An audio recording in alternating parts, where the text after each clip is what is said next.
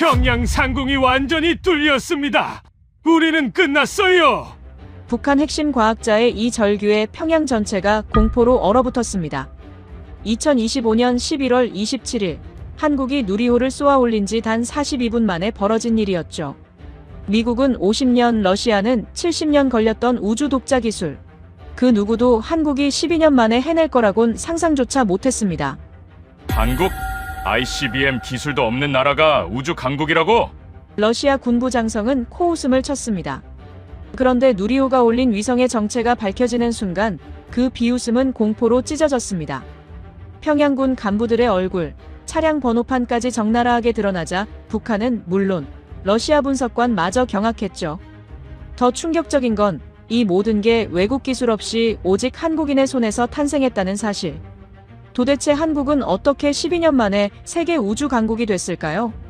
그날 밤 북한이 왜 울부짖으며 무너졌을까요? 지금부터 이 믿기 힘든 사건의 모든 전말을 공개합니다. 대한민국의 힘을 믿으신다면 구독과 좋아요로 함께 응원해주세요. 코드 블랙 47. 북한 핵심 통신망 비상. 2025년 11월 27일 새벽 1시 55분 모스크바 지하 분석실의 6개 모니터가 일제히 붉게 물들었습니다. 저는 커피잔을 떨어뜨렸죠. 20년 경력의 발사체 분석관인 제가 본능적으로 긴장한 겁니다. 북한 전역 비상? 그것도 한밤중에? 데이터를 확인하는 순간 더 기묘한 사실을 발견했어요. 42분 전 한국이 누리호를 성공적으로 발사했다는 것. 이게 우연일 리 없었습니다. 저는 드미트리 이바노프입니다. 러시아 연방항공우주전략무기 분석국 선임 분석관이죠. 지난 20년간 미국, 중국, 유럽의 발사체를 분석해왔어요. ICBM과 우주 로켓의 차이를 누구보다 정확히 아는 사람입니다. 집에는 아내 안나와 10살 딸 스베틀라나가 기다리고 있었지만 그날 밤 저는 야간 근무를 자원했죠. 평소엔 조용한 밤이 대부분이거든요. 하지만 그날은 완전히 달랐습니다. 경보음이 울린 지 3분 만에 상부에서 연락이 왔어요. 목소리가 평소와 달랐습니다. 긴장이 묻어나왔죠. 이바노프, 북한 상황 즉시 파악하라. 무슨 일이 벌어지고 있는지 확인해. 지금 당장. 저는 황급히 북한 통신 감청 시스템을 열었습니다. 화면에는 실시간으로 암호문들이 쏟아지고 있었어요. 평소라면 하루에 서너 건 정도 포착되는 게 정상인데 그날 밤엔 1분에 10건씩 터져 나왔습니다. 뭔가 심상치 않았어요. 저는 먼저 한국 쪽 상황을 역추적했죠. 누리호 4차 발사. 성공. 위성 13기 정상 궤도 진입. 한국 언론은 축제 분위기였습니다. 생중계 화면엔 환호하는 연구진들이 보였어요. 그런데 북한은 정반대였죠. 완전히 패닉 상태였습니다. 이게 말이 됩니까? 로켓 하나 쏘아 올렸다고 저렇게 난리를 칩니까? 저는 처음엔 코웃음을 쳤습니다. 솔직히 한국 우주기술에 대해선 별 관심이 없었거든요.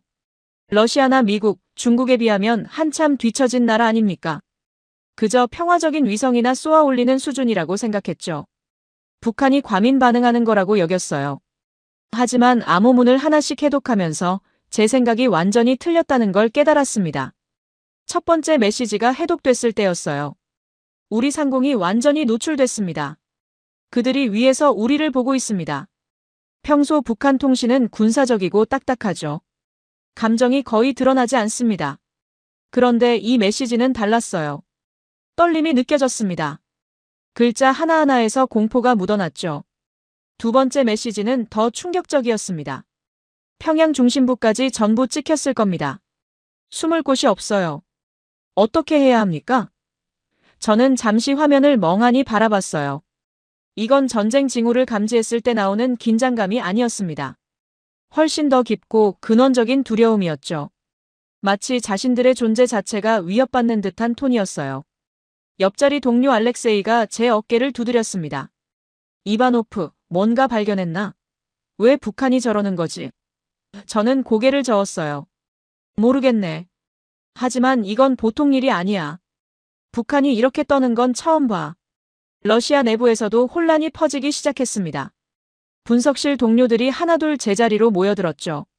상부에서는 상황 주시하라는 지시만 내려왔어요. 구체적인 설명은 없었습니다. 하지만 북한의 움직임은 더 격렬해졌죠.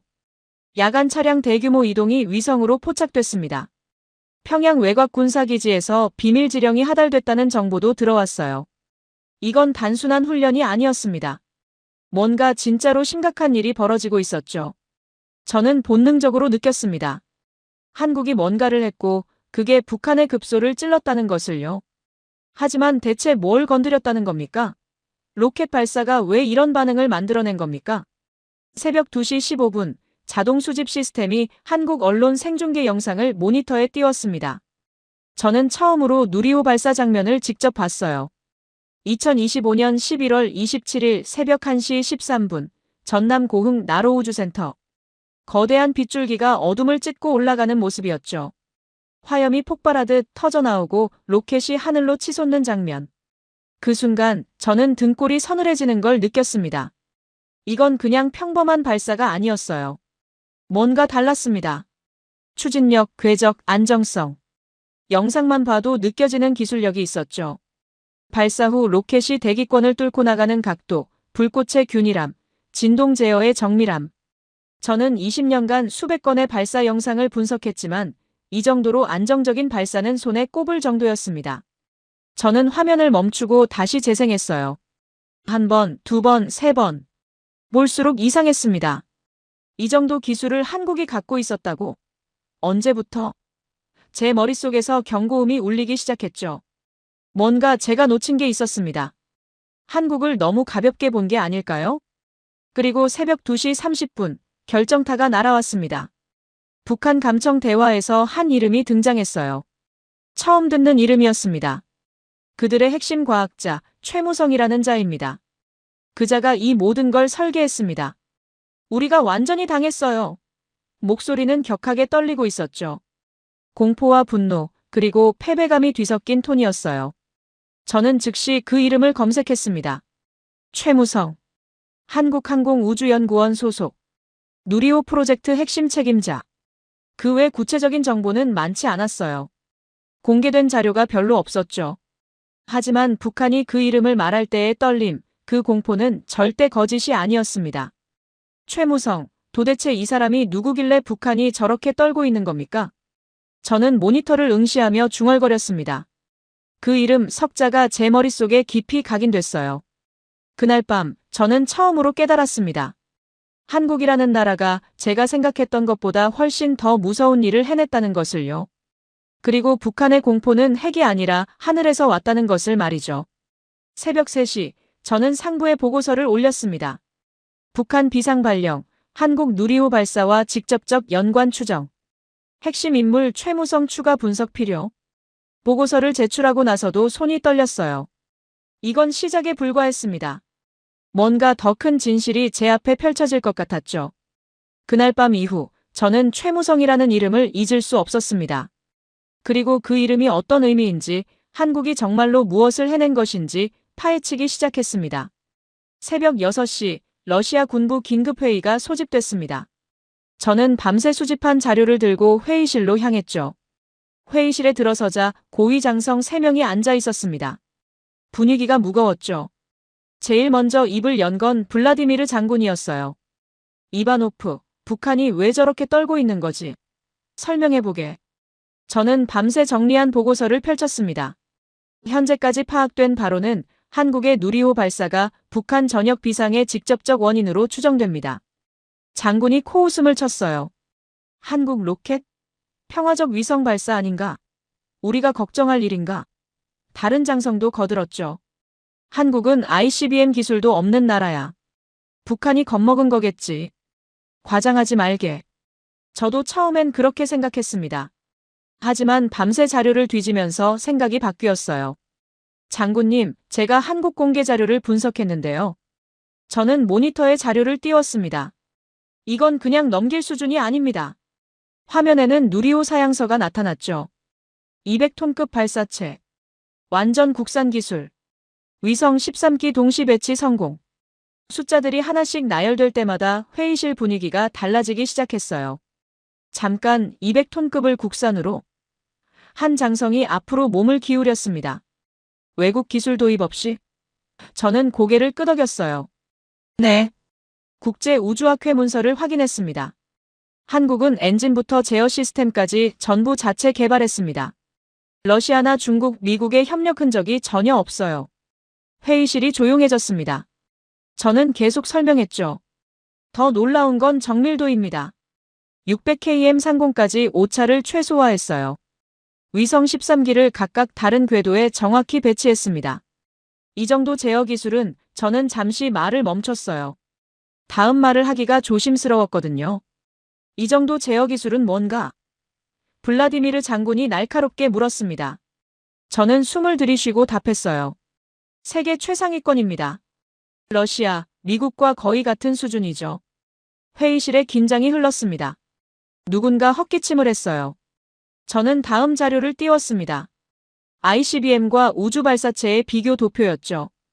여러분, 제가 20년간 이 분야를 다뤄왔습니다. 우주발사체와 대륙간탄 도미사일은 원리적으로 거의 동일해요. 차이는 단 하나, 무엇을 싣느냐입니다. 한 장성이 끼어들었어요. 그게 무슨 소리인가? 위성과 핵탄두는 완전히 다른 거 아닌가? 저는 고개를 저었습니다. 아닙니다. 대기권 밖까지 화물을 정확한 위치로 보내는 기술, 그게 핵심이에요.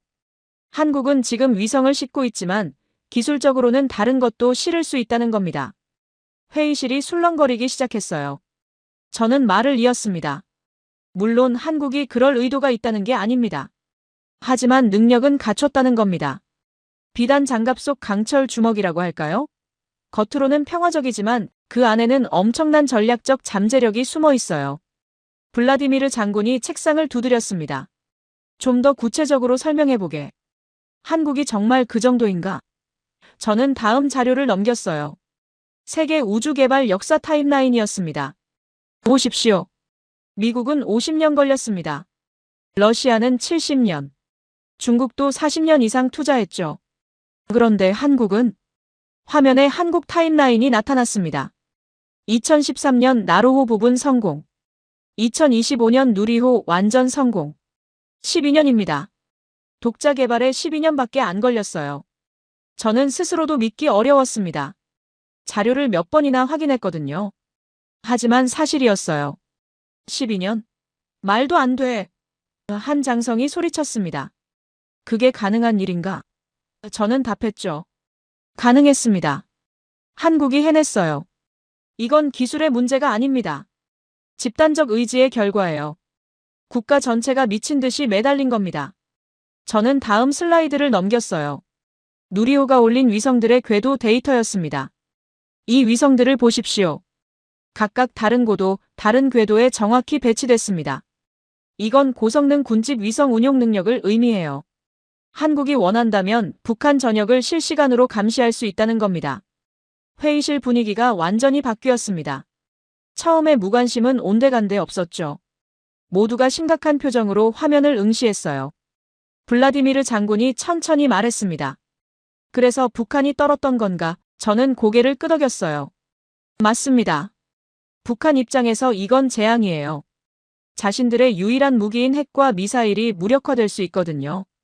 한국이 하늘에서 모든 걸 보고 있다면 북한의 선제 공격 능력은 사실상 사라지는 겁니다. 또 다른 장성이 물었습니다. 그럼 한국은 지금 전략적 억지력을 확보한 건가? 저는 잠시 생각했어요. 어떻게 답해야 할까요? 형식적으로는 평화적 우주 개발입니다. 하지만 실질적으로는 저는 말을 멈추고 화면을 가리켰습니다. 여러분이 직접 판단하십시오. 회의는 2시간 넘게 이어졌습니다. 저는 계속해서 자료를 설명했죠.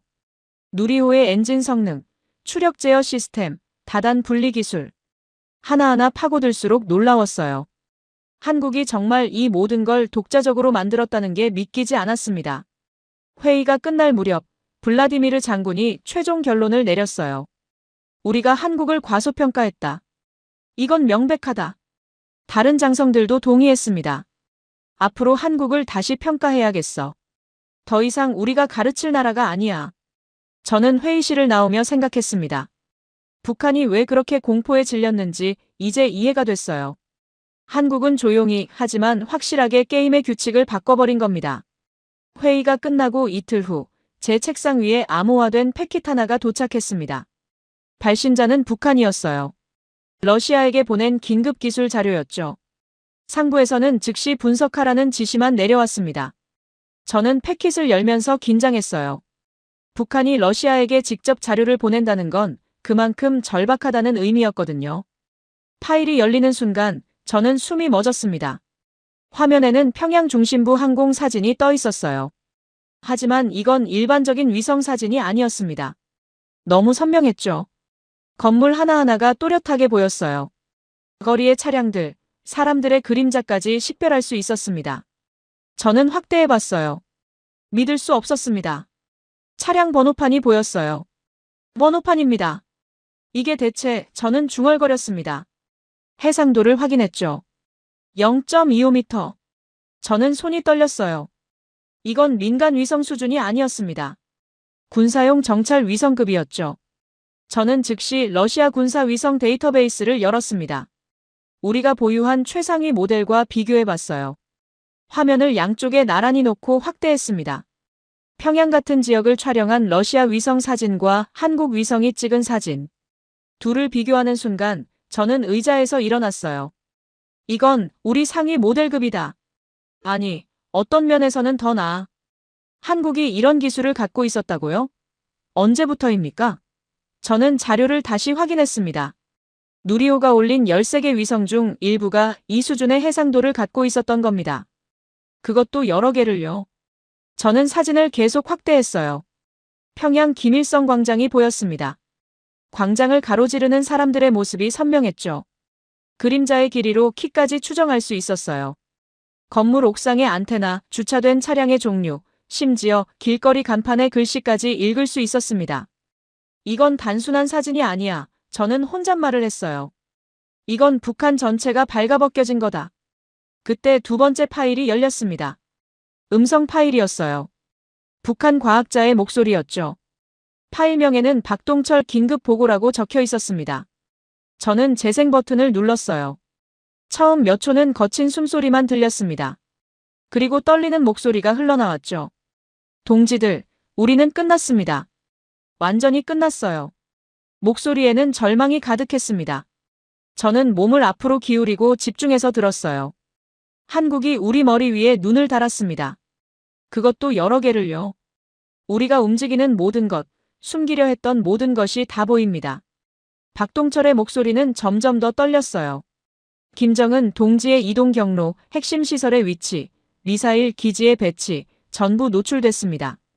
숨을 곳이 없어요. 저는 재생을 멈추고 뒤로 기대었습니다. 이건 단순한 기술 공포가 아니었어요. 체제의 기반이 흔들리는 소리였습니다. 북한이라는 나라는 비밀로 유지되는 국가잖아요. 모든 것을 숨기고 외부의 눈을 차단하는 게 생존 전략이었죠. 그런데 한국이 그 장막을 완전히 걷어버린 겁니다. 음성은 계속됐어요.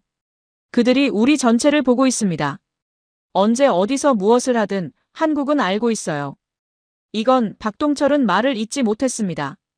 그리고 마지막으로 이렇게 말했죠. 이건 전쟁이 아닙니다. 우리가 이미 진 겁니다.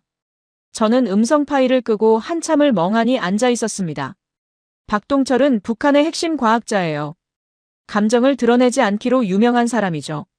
그런 사람이 저렇게 무너진다는 건 상황이 얼마나 심각한지 보여주는 겁니다. 저는 다시 위성사진으로 돌아왔어요. 이번엔 분석가의 눈으로 봤습니다. 0.25m 해상도가 의미하는 게 뭡니까? 단순히 사진을 잘 찍는다는 게 아니에요. 이건 타격 목표를 식별할 수 있는 수준입니다. 저는 사진 위에 가상의 표적 마커를 그려봤어요. 핵심 군사시설, 지휘부 건물, 미사일 발사대. 전부 정확히 찾아낼 수 있었습니다. 한국이 원한다면 북한의 모든 전략 자산 위치를 실시간으로 파악할 수 있다는 겁니다. 이건 게임이 끝난 거야. 저는 중얼거렸어요. 북한의 유일한 무기는 뭡니까? 핵과 미사일이죠. 하지만 그게 효과를 발휘하려면 상대가 위치를 모르고 있어야 합니다. 선제 공격의 핵심은 기습이거든요. 그런데 한국이 하늘에서 모든 걸 보고 있다면 북한의 미사일이 발사대에서 움직이는 순간 한국은 알아요. 어디로 가는지, 언제 발사할 건지. 저는 러시아 군사 교리를 떠올렸습니다. 정보 우위. 그게 현대전의 핵심이에요. 누가 먼저 보고 누가 더 정확히 아느냐. 한국은 지금 북한에 대해 압도적인 정보 우위를 확보한 겁니다. 제 옆자리 동료 세르게이가 물었어요. 이바노프, 뭘 그렇게 심각하게 보고 있어? 저는 화면을 가리켰습니다. 이거 봐. 한국 위성이 찍은 평양이야. 세르게이가 화면을 보더니 입을 벌렸어요. 세상에, 이게 한국 기술이라고. 저는 고개를 끄덕였습니다. 그래. 그리고 이건 한 개가 아니야. 여러 개가 동시에 돌아가고 있어. 한국은 이제 북한 전역을 24시간 감시할 수 있다는 거지. 세르게이는 휘파람을 불었어요. 북한이 왜 떨었는지 이제 알겠네. 저는 다시 분석에 집중했습니다. 한국이 올린 위성들의 궤도를 계산해 봤어요. 13개 위성이 서로 다른 고도와 궤도에 배치돼 있었습니다. 이건 우연이 아니에요. 정교하게 설계된 군집 위성 네트워크였죠. 몇 시간 간격으로 같은 지점을 반복해서 촬영할 수 있게 설계됐어요. 이건 단순히 감시만 하는 게 아니야. 저는 깨달았습니다. 추적이 가능해. 실시간에 가까운 추적이. 북한 지도부의 차량이 움직이면 몇 시간 후 다시 위성이 지나가면서 확인할 수 있어요. 미사일 기지에 변화가 생기면 그것도 포착됩니다. 이건 북한 입장에서는 악몽이에요. 자신들의 모든 움직임이 기록되고 있다는 거니까요. 저는 보고서를 작성하기 시작했습니다. 한국의 위성 기술은 전략적 게임 체인저다. 0.25m 해상도는 군사용 정찰 위성 수준이며 다중 위성 네트워크를 통해 지속적 감시가 가능하다. 타이핑하면서도 믿기지 않았어요. 제가 지금 한국에 대해 이런 평가를 내리고 있다는 게요. 북한의 공포는 비이성적인 게 아니었다. 저는 보고서에 썼습니다. 너무나 합리적이었다. 한국은 조용히 하지만 확실하게 북한의 전략적 우위를 무력화시켰다. 저는 창밖을 바라봤어요. 모스크바의 회색 하늘이 보였습니다. 그 하늘 위 어딘가에 수많은 위성들이 떠 있겠죠. 러시아 것도 있고 미국 것도 있고 이제는 한국 것도 있을 겁니다. 그리고 그 한국 위성들은 지금 이 순간에도 북한을 내려다보고 있을 거예요. 한국, 당신들은 정말 대단한 일을 해냈습니다.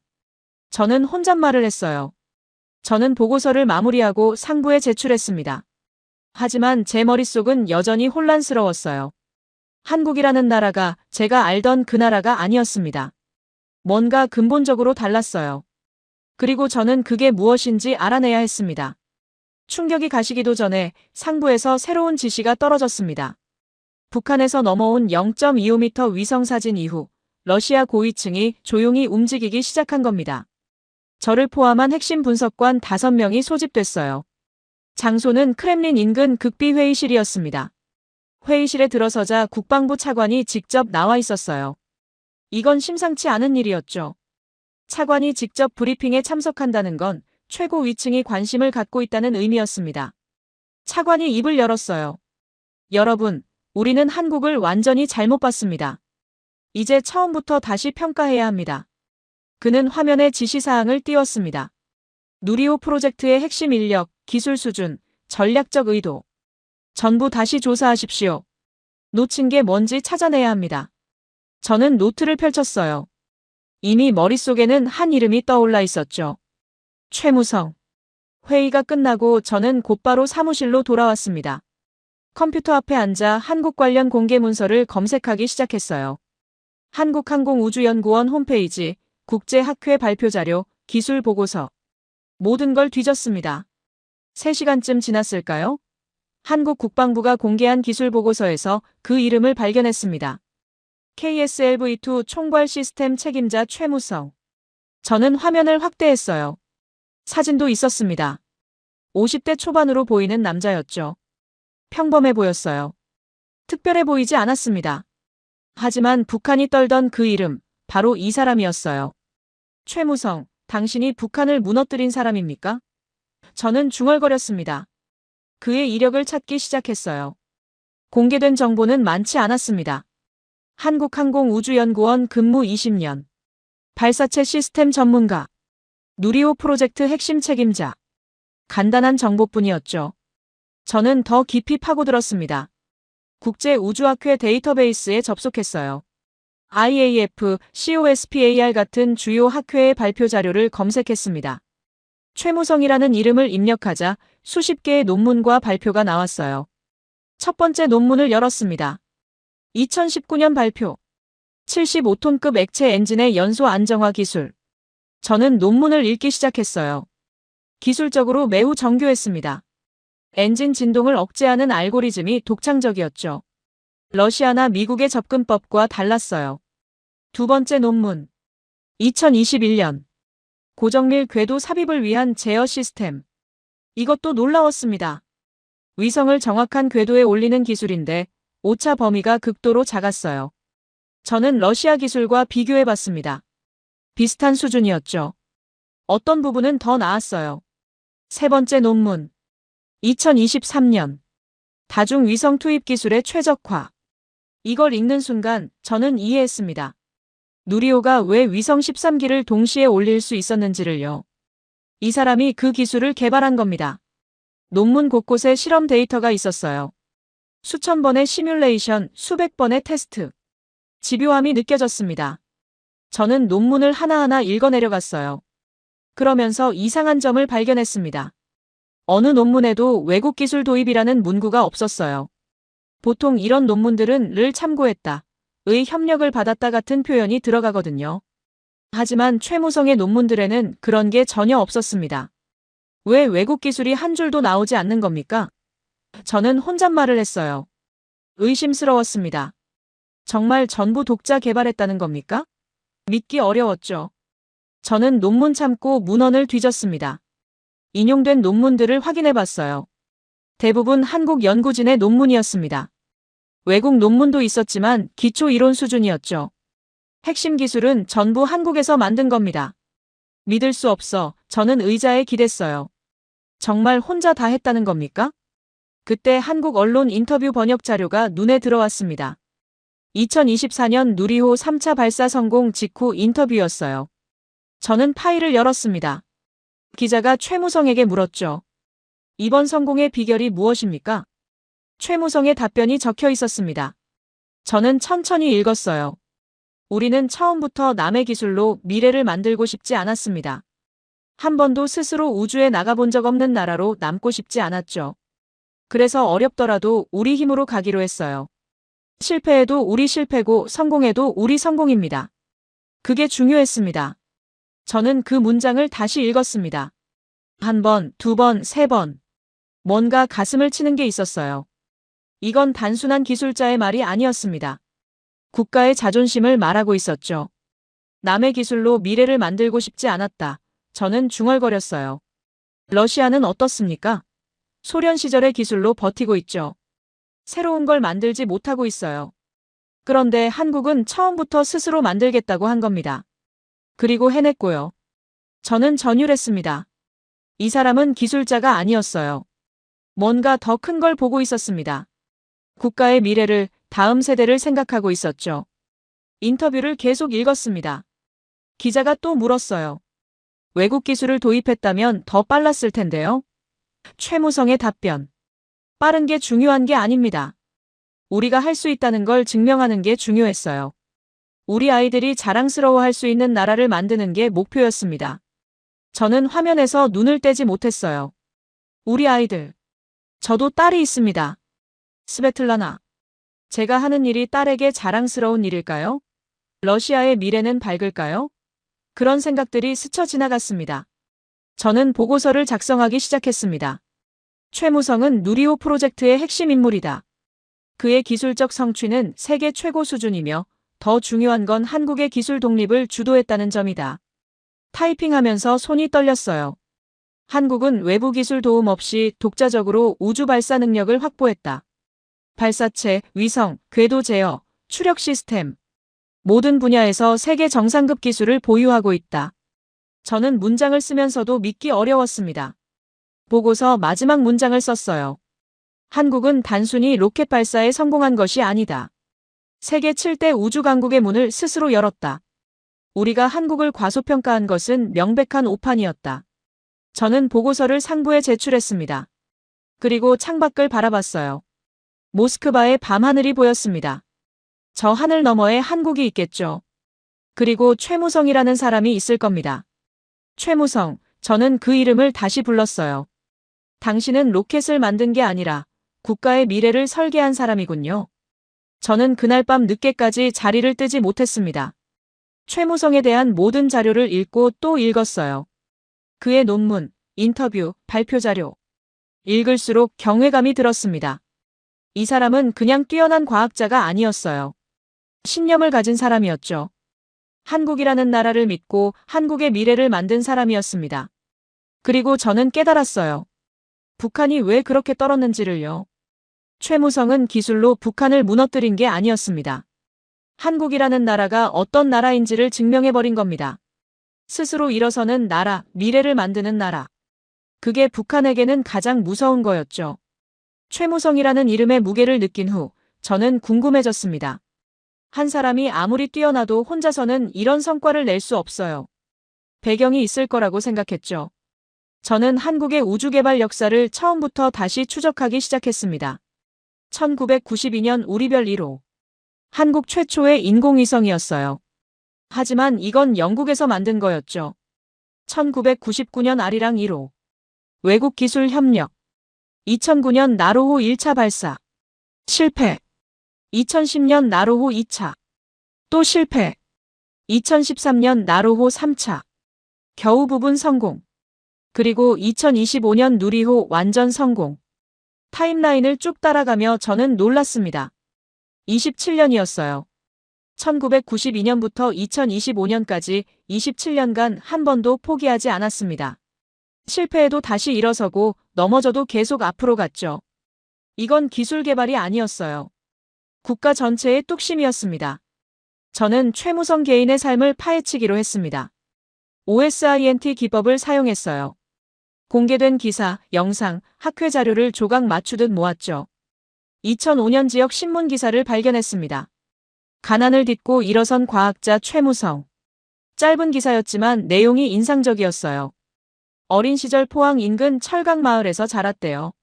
아버지는 공장 노동자, 어머니는 식당 일을 했습니다. 기사에는 재미있는 일화가 있었어요. 중학교 2학년 때 동네 쓰레기장에서 고장난 라디오를 주었대요. 부품이 절반도 없었죠. 하지만 최무성은 포기하지 않았습니다. 폐품 수거장을 뒤지며 부품을 모았어요. 3개월 동안 매일 라디오를 만지작거렸습니다. 그리고 결국 고쳤죠. 라디오에서 소리가 나왔을 때 그는 울었대요. 없는 것에서 만들어내는 법, 저는 중얼거렸습니다. 이미 그때부터 배운 거군요. 그 라디오 이야기가 계속 머릿속을 맴돌았어요. 한국이라는 나라도 똑같았습니다. 없는 것에서 만들어냈죠.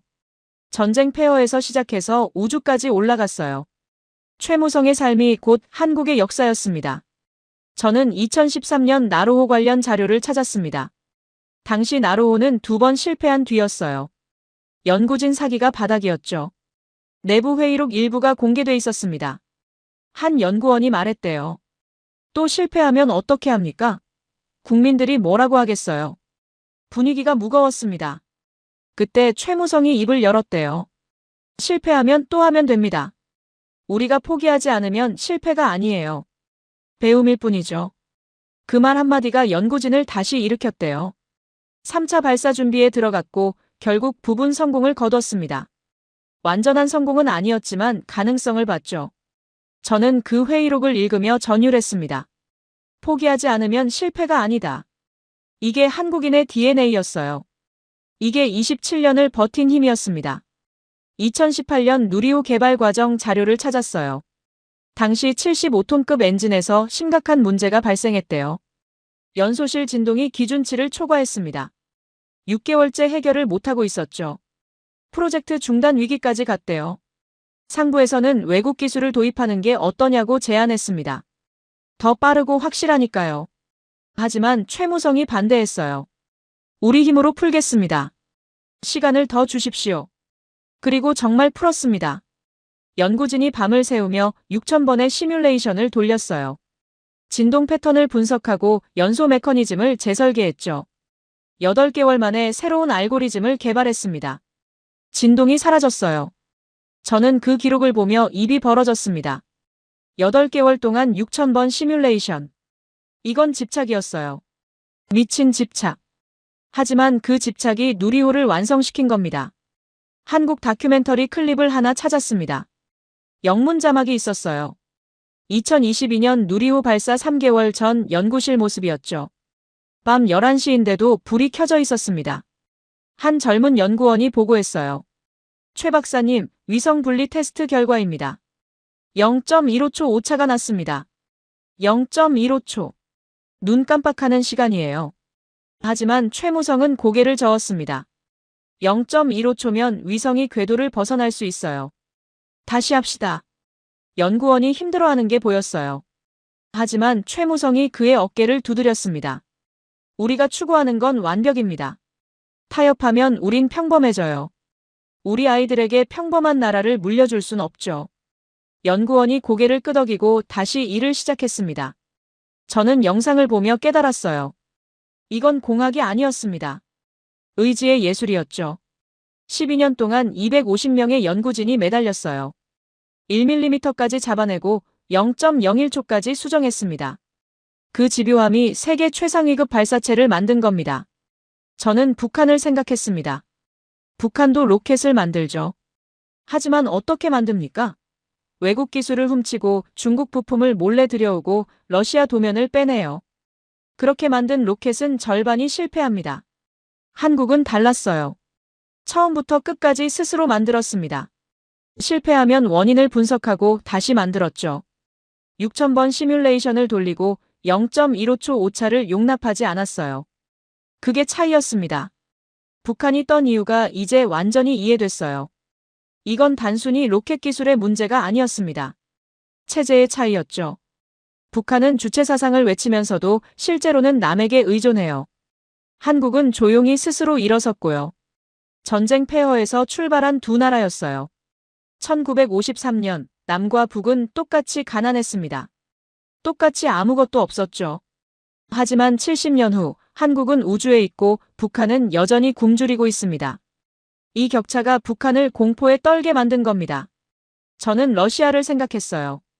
우리는 어떻습니까? 소련의 영광을 추억하며 살고 있죠. 새로운 걸 만들지 못하고 과거의 기술로 버티고 있습니다. 한국은 계속 앞으로 나아가는데 말이에요. 나는 강대국의 힘을 믿었다. 저는 혼잣말을 했습니다. 그러나 한국은 다른 방식으로 강해졌어. 의지로. 저는 보고서를 작성했습니다. 최무성의 생애는 한민족 기술사의 축소판이다.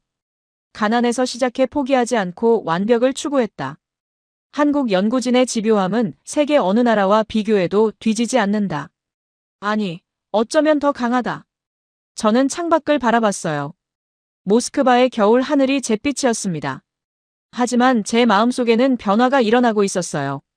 한국이라는 나라를, 최무성이라는 사람을 진심으로 존경하고 있었습니다. 일주일 전만 해도 한국을 우습게 봤어요. 작은 나라, 별거 아닌 나라. 하지만 지금은 달랐습니다. 한국은 작지만 강했어요. 기술로 강해졌고 무엇보다 의지로 강해진 나라였습니다. 저는 그날 밤 집에 돌아가 딸을 안았습니다. 스베틀라나가 물었어요. 아빠, 오늘은 무슨 일 하셨어요? 저는 답했죠. 대단한 나라에 대해 공부했단다. 아빠보다 훨씬 멋진 사람들을 만났어. 딸이 고개를 갸웃했지만 저는 설명하지 않았어요. 다만 생각했습니다. 한국 아이들은 자신들의 나라를 자랑스러워하겠구나. 다음 날 아침 상부에서 긴급 소집 명령이 떨어졌습니다. 국방부 차관 직속 회의였어요. 저는 밤새 작성한 보고서를 들고 크렘린 인근 회의실로 향했습니다. 회의실에는 이미 고위장성 5명이 앉아 있었어요. 분위기가 심상치 않았죠. 차관이 먼저 입을 열었습니다. 이바노프, 자네 보고서 읽었네. 한국 기술이 군사 전략에 영향을 줄 수 있다고 봤지? 저는 고개를 끄덕였어요. 네. 누리호의 기술적 요소들이 우려스럽습니다.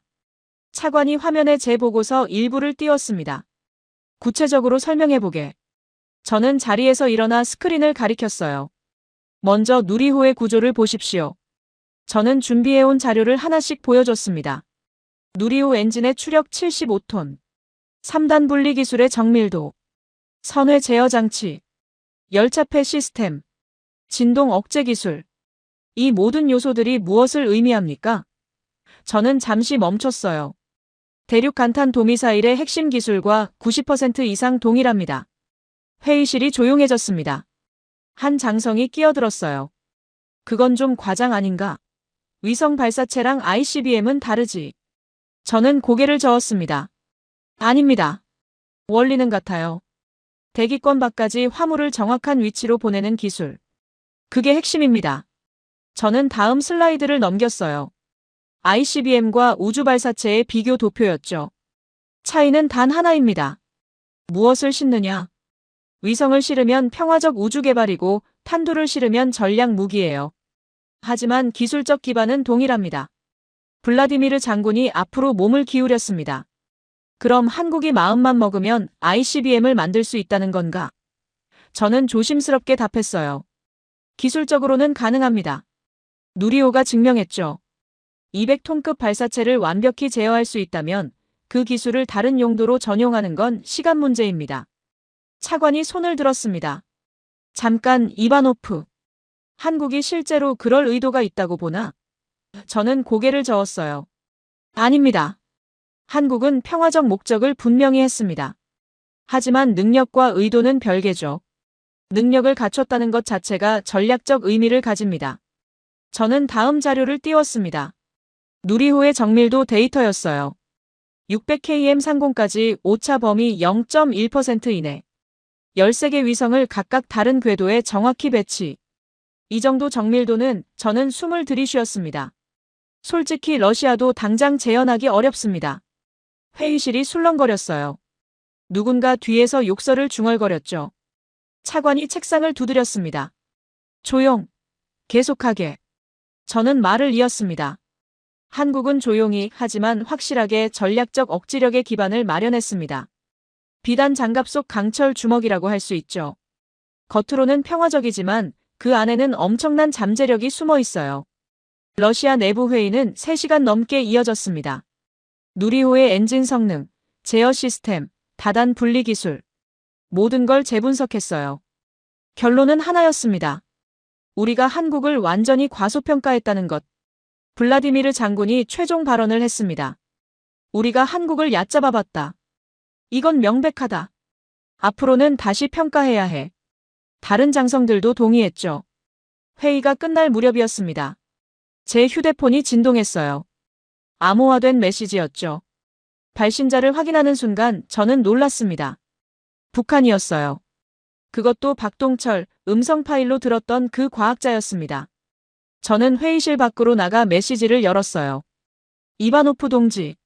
나는 박동철이요. 당신네 러시아는 아직도 모르는 것 같소.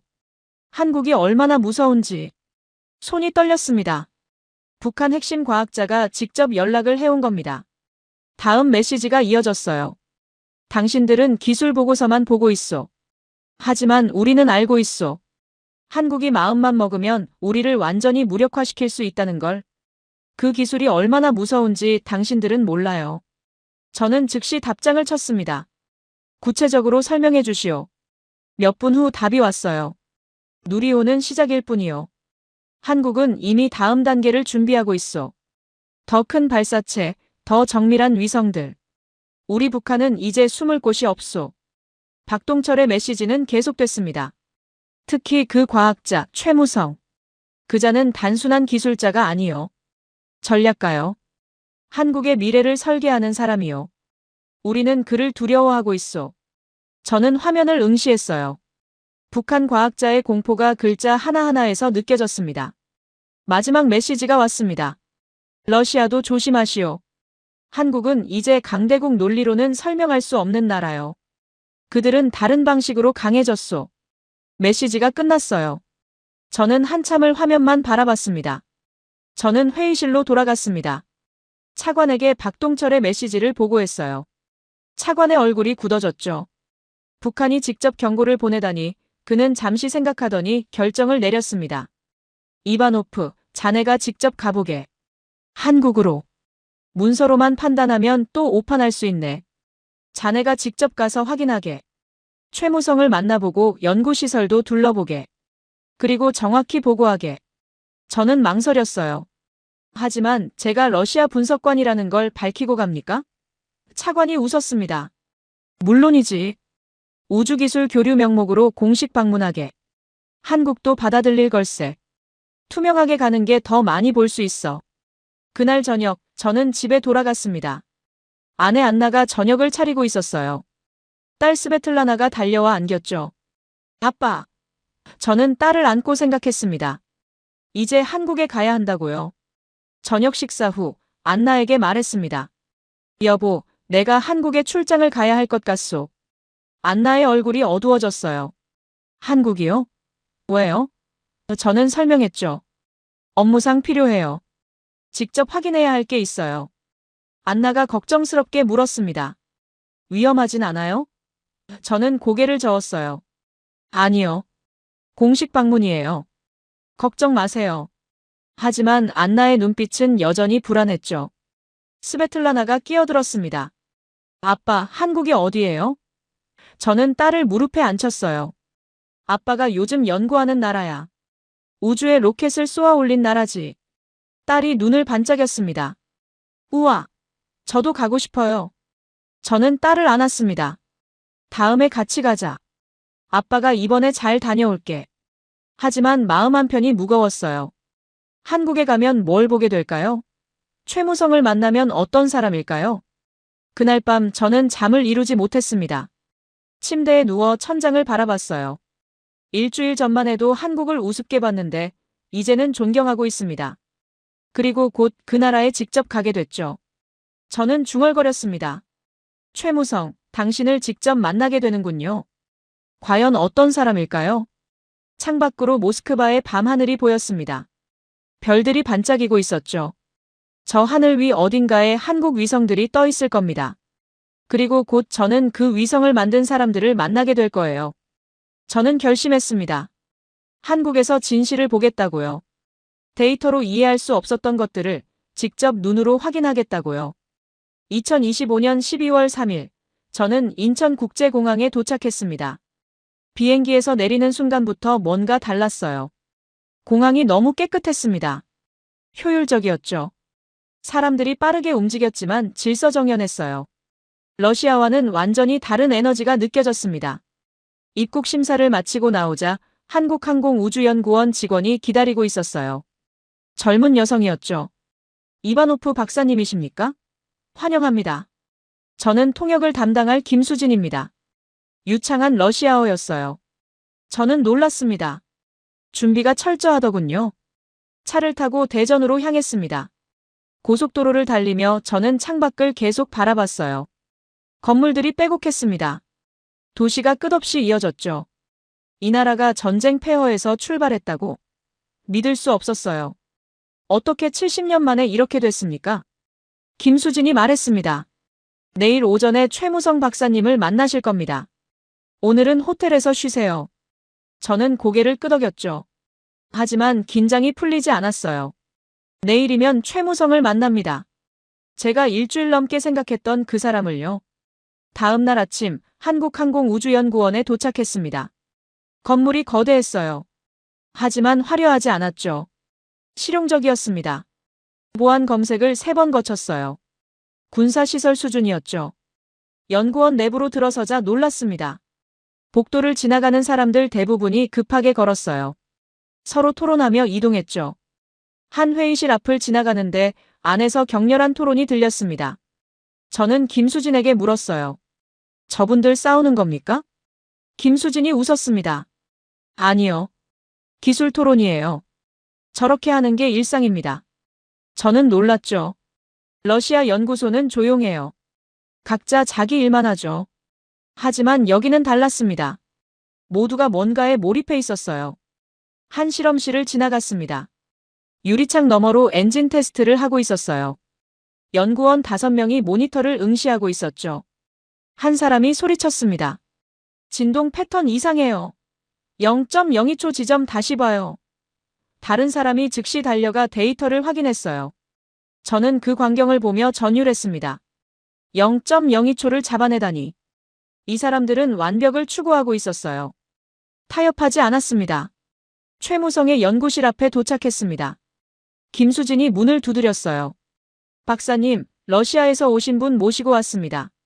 안에서 낮은 목소리가 들렸죠. 들어오세요. 문이 열렸습니다. 저는 숨을 들이쉬고 안으로 들어갔어요. 그리고 최무성을 처음 봤습니다. 상상과 완전히 달랐어요. 검은 패딩 차림이었습니다. 커피 얼룩이 묻어 있었죠. 책상 위는 서류와 노트로 가득했어요. 세계적인 과학자라기보다는 동네 아저씨 같았습니다. 최무성이 일어나 손을 내밀었습니다. 환영합니다. 먼 길 오셨네요. 악수를 하는 순간 저는 느꼈어요. 손이 거칠었습니다. 현장에서 직접 일하는 사람의 손이었죠. 눈빛이 또렷했어요. 흔들림이 없었습니다. 이바노프입니다. 뵙게 되어 영광입니다. 저는 러시아어로 말했고 김수진이 통역했어요. 최무성이 미소 지었습니다. 러시아에서 오셨다지요. 무엇을 알고 싶으십니까? 저는 준비한 질문을 했습니다. 누리호 개발 과정에서 가장 어려웠던 점이 무엇이었습니까? 최무성이 잠시 생각하더니 답했어요. 가장 어려웠던 건 우리 스스로를 믿는 거였습니다. 저는 고개를 갸웃했죠. 기술적인 문제가 아니었습니까? 최무성이 고개를 저었습니다. 기술은 풀립니다. 시간과 노력을 들이면요. 하지만 사람들이 우리를 믿지 않았어요. 한국이 우주 강국이 될 수 있다고 아무도 생각하지 않았죠. 그는 창밖을 바라봤습니다. 러시아에서도 그랬겠죠. 한국을 믿지 않았을 겁니다. 저는 할 말이 없었어요. 맞았거든요. 우리는 한국을 우습게 봤습니다. 최무성이 말을 이었습니다. 하지만 걱정 마십시오. 우리는 누구와 경쟁하지 않습니다. 우리가 원했던 건 단 하나예요. 뒤따라오는 아이들에게 창피하지 않을 나라를 만드는 것. 그 말이 가슴에 꽂혔습니다. 저는 딸 스베틀라나를 떠올렸어요. 러시아가 딸에게 자랑스러운 나라일까요? 확신이 서지 않았죠. 저는 조심스럽게 핵심 질문을 했습니다. 최 박사님, 솔직히 여쭙겠습니다. 누리호 기술은 ICBM으로 전용될 수 있지 않습니까? 분위기가 무거워졌어요. 김수진의 통역 목소리도 낮아졌죠. 최무성이 저를 똑바로 바라봤습니다. 눈빛이 차가워졌어요. 이바노프 박사님, 기술은 언제나 어디에 쓰느냐로 의미가 갈립니다. 우리는 우주를 향했습니다. 남을 공격하기 위해 만든다면 그는 잠시 멈췄죠. 처음부터 이렇게 만들지 않았을 겁니다. 저는 반박하고 싶었습니다. 하지만 그의 눈빛이 진심이었어요. 이 사람은 정말로 우주만 생각하고 만든 겁니다. 최무성이 자리에서 일어났습니다. 직접 보여드리죠. 따라오십시오. 우리는 지하 시뮬레이션 센터로 향했어요. 거대한 스크린들이 벽면을 가득 채우고 있었습니다. 최무성이 컴퓨터를 조작했어요. 이게 누리호의 발사 시뮬레이션입니다. 화면에 3D 모델이 나타났죠. 로켓이 발사대에서 이륙하는 장면이 펼쳐졌어요. 보십시오. 이 지점에서 일단 분리가 일어납니다. 화면 속 로켓이 정확히 분리됐어요. 2단 분리. 그리고 페어링 분리. 마지막으로 위성 투입. 모든 과정이 완벽했습니다. 저는 숨을 멈추고 봤어요. 정밀도가 놀라웠습니다. 이 제어 알고리즘은 저는 중얼거렸죠. 러시아도 당장 재현하기 어렵습니다. 최무성이 다른 화면을 띄웠습니다. 이건 엔진 진동 제어 시스템입니다. 8개월 동안 6,000번 시뮬레이션을 돌렸죠. 모든 경우의 수를 계산했습니다. 그래프가 펼쳐졌어요. 방대한 데이터였죠. 저는 말문이 막혔습니다. 이건 단순한 로켓이 아니었어요. 완벽을 추구한 예술 작품이었죠. 최무성이 마지막 화면을 보여줬습니다. 이게 위성 다중 분리 시스템입니다. 13개 위성을 정확한 궤도에 올리는 기술이죠. 오차 범위는 0.1% 이내입니다. 저는 그 숫자를 보고 전율했어요. 어떻게 이게 가능합니까? 저는 물었습니다. 최무성이 잠시 생각하더니 답했어요. 12년입니까? 아닙니다. 전쟁 때 빼앗겼던 자존심을 되찾기 위해 한국인들이 70년 동안 준비한 결과입니다. 그 말이 제 세계관을 흔들었습니다. 70년. 한국은 70년 동안 이걸 준비한 겁니까? 저는 무릎에 힘이 풀리는 걸 느꼈어요. 최무성이 말을 이었습니다. 1950년 전쟁으로 모든 게 사라졌어요. 하지만 우리는 포기하지 않았습니다. 조금씩 천천히 하지만 멈추지 않고 앞으로 갔죠. 그 70년의 힘이 누리호입니다. 저는 그를 바라봤습니다. 이 사람은 로켓을 만든 게 아니었어요.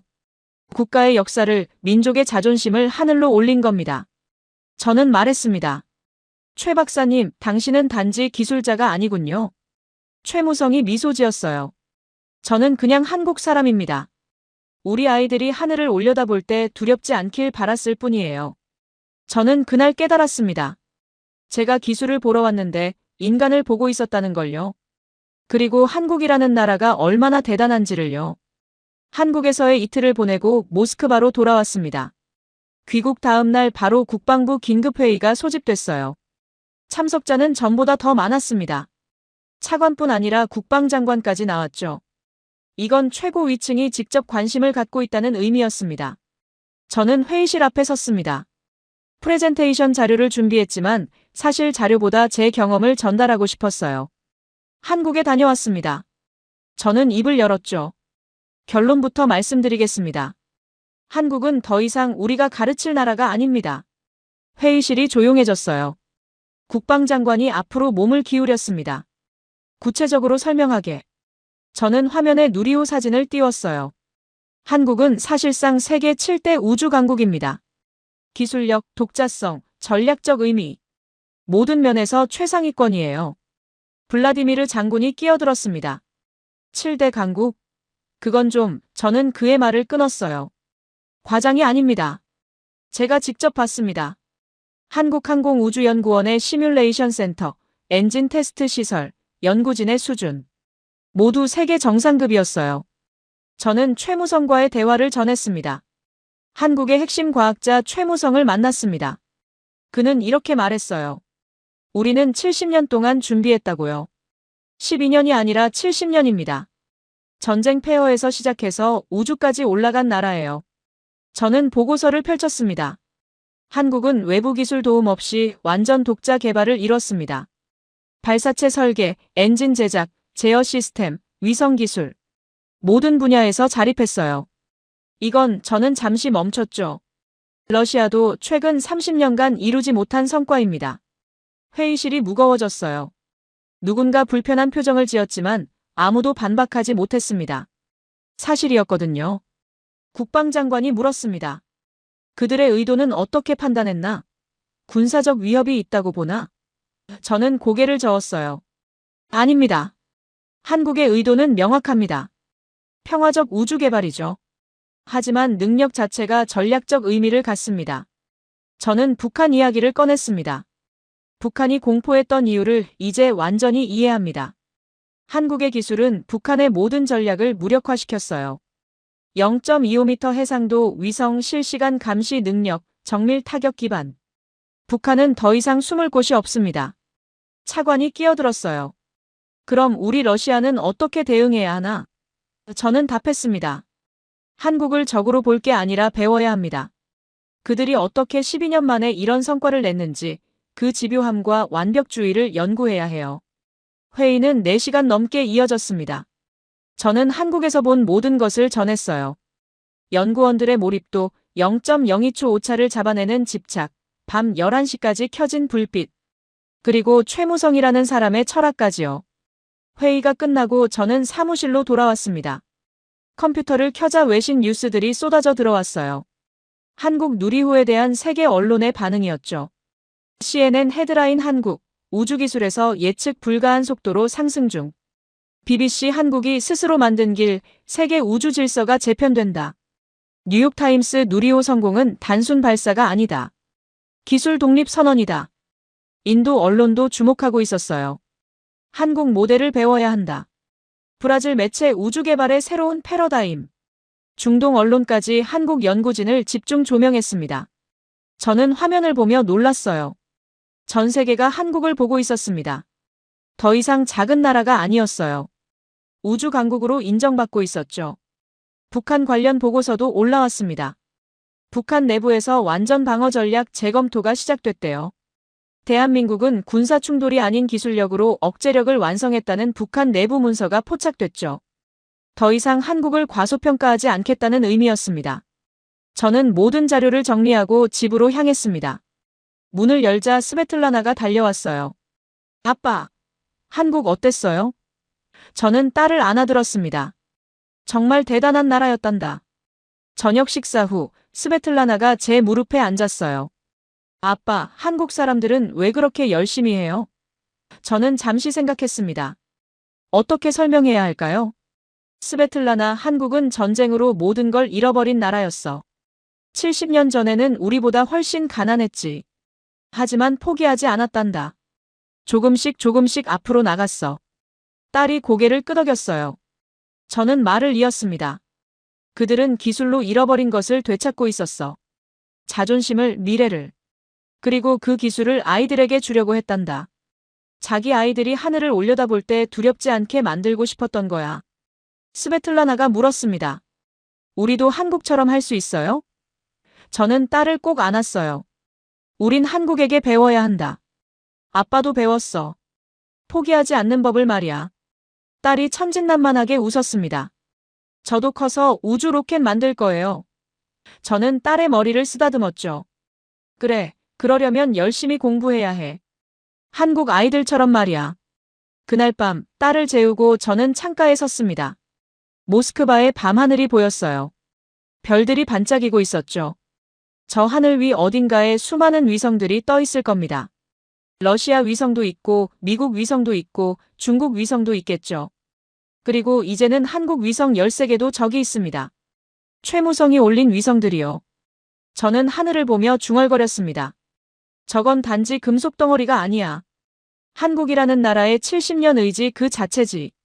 최무성이 했던 말이 떠올랐어요. 우리는 우주로 도망친 게 아닙니다. 미래를 지키기 위해 올라간 겁니다. 그 말이 이제 완전히 이해됐습니다. 저는 생각했어요. 강대국이란 뭡니까? 영토가 넓고 군대가 많은 나라. 아닙니다. 미래를 만드는 나라가 진짜 강대국이에요. 그리고 한국은 조용히 하지만 확실하게 미래를 만들고 있었습니다. 세계 지도가 바뀌고 있었어요. 더 이상 영토의 크기로 강함을 재는 시대가 아니었죠.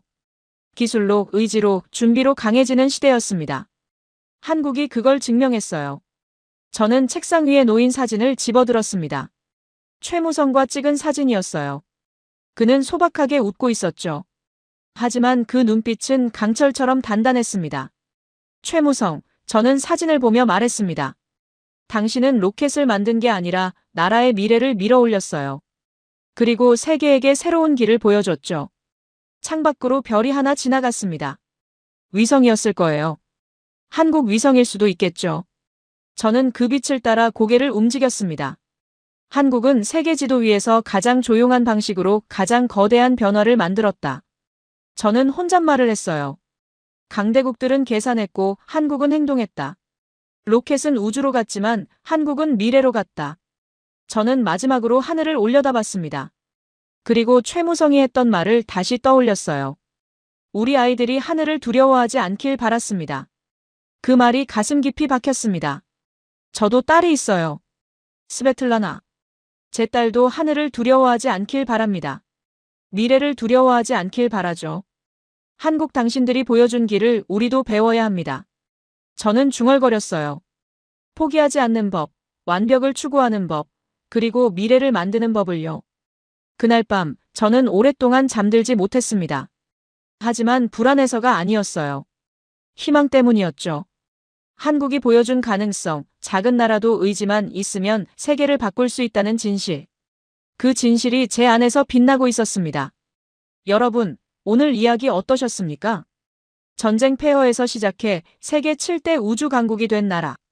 남의 기술에 기대지 않고 스스로 일어선 나라. 우리 아이들이 하늘을 두려워하지 않게 만든 나라 대한민국. 오늘 이야기가 감동이었다면 댓글에 대한민국 만세로 우리 대한민국을 힘차게 응원해 주십시오. 여러분의 응원 하나하나가 이 채널을 지탱하는 힘입니다. 앞으로도 더 감동적이고 더 가슴 뛰는 대한민국 이야기로 찾아뵙겠습니다. 구독과 좋아요, 알림 설정까지 꼭 부탁드립니다. 감동방송TV였습니다.